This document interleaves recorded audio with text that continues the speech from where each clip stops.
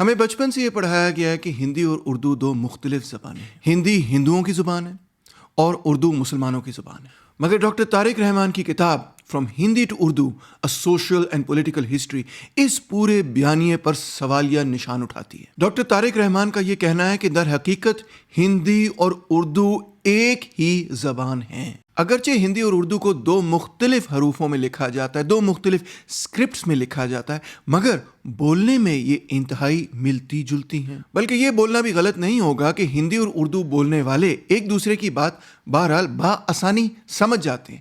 یہی وجہ ہے کہ پاکستانی اکثر انڈین فلمیں دیکھتے ہیں اور انڈینز اکثر پاکستانی موسیقی سنتے ہیں۔ ڈاکٹر طارق رحمان یہ سمجھاتے ہیں کہ اگر ہندی اور اردو بولنے والے لوگوں کو آپس میں مترجم کی ضرورت ہی نہیں، ترجمے کی ضرورت ہی نہیں، تو پھر ان کو دو مختلف زبانیں تصور کرنا بھی غلط ہوگا۔ در حقیقت ان کو دو مختلف زبانیں تسلیم کروانے کے پیچھے ایک بڑی لمبی سیاست ہے، جس میں ایک طرف ہندو اشرافیہ شامل ہے تو دوسری طرف مسلمان اشرافیہ۔ اگر ڈاکٹر طارق رحمان کی یہ بات قبول کر لی جائے تو پھر اس بیانیے کا کیا ہوگا جس کے حساب سے ہم یہ کہتے ہیں کہ پاکستان کی شناخت اردو زبان کے ساتھ ہے اور بھارت کی شناخت ہندی زبان کے ساتھ ہے۔ یہ ایوارڈ یافتہ کتاب ہمیں مجبور کرتی ہے کہ جو بیانیہ ہمیں بچپن سے پڑھایا گیا ہے، بہرحال اس پر سوال ضرور کریں۔